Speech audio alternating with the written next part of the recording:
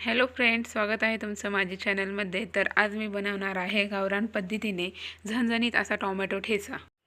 मी इथे तवा ठेवलेला आहे. तव्यावरती मिरच्या घेतलेल्या आहेत स्वच्छ पाण्याने धुवून आणि त्यामधून अशा मोडलेल्या आहेत, कारण भाजते वेळे असं उडणार नाहीत. तर व्यवस्थित भाजू द्यायच्या आहेत. गॅस हा कमीच करायचा आहे. व्यवस्थित भाजल्याच्या नंतर मिरची भाजल्याच्या नंतर कसं ठेचा असा चवदार लागतो. तर व्यवस्थित भाजल्याच्यानंतर त्याच्यामध्ये एक टोमॅटो टाकायचा आहे. तुम्ही एका टोमॅटोचे 4 असे भाग करू शकता, त्याच्यामध्ये टाकायचे. व्यवस्थित भाजतो. तर एक टोमॅटो टाकलेला आहे मी. थोडासा लसूण पण टाकायचं आहे. लसूण टाकल्याने काय मस्त अशी चव लागते. सर्व एकत्रित करून घ्यायचं, थोड्या वेळ हलवत राहायचं. व्यवस्थित भाजल्याच्या नंतर ठेचा कसा मस्त चव लागते. थोडासा कच्चा राहिला तर त्याला चव नाही लागत, म्हणून व्यवस्थित भाजून घ्यायचा. व्यवस्थित भाजल्याच्या नंतर त्याच्यामध्ये थोडेसे शेंगदाणे टाकायचे. शेंगदाणे हे नंतरच टाकायचे, कारण शेंगदाणे पहिलंच टाकलं तर करपतात थोडेसे.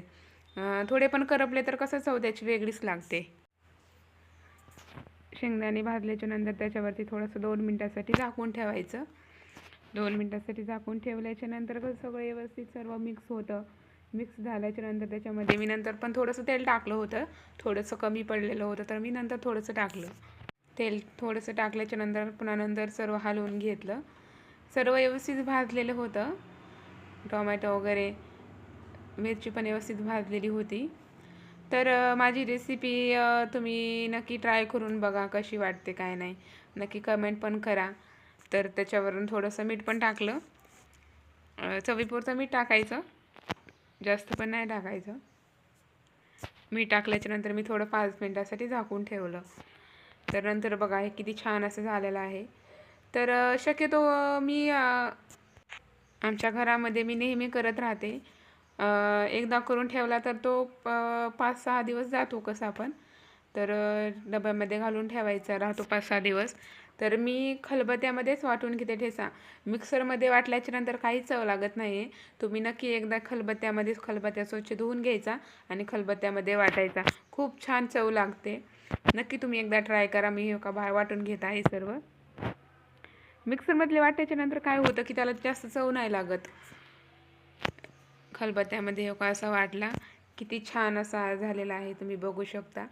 तर ते एका डब्यामध्ये मी काढून ठेवते. डब्यामध्ये टोपण लावून कसं 5-6 दिवस जातो. टिफिनमध्ये पण देऊ शकता तुम्ही. थोडासा टिफिनमध्ये पण दिला तर कसं चव लागते. माझी रेसिपी नक्की आवडली असेल तर नक्की तुम्ही एकदा ट्राय करून बघा. खूप छान असे होईल. बघू शकता. भाकर, कांदा आणि लिंबू खायला पण, लिंबू ठेच्यावरती थोडंसं पिळायचं, खायला खूप छान लागते. नक्की तुम्ही एकदा ट्राय करा. आवडली असेल तर माझी रेसिपी लाईक, शेअर, सबस्क्राईब करा. असा सपोर्ट करा. चला तर भेटूया पुढल्या व्हिडिओमध्ये. बाय.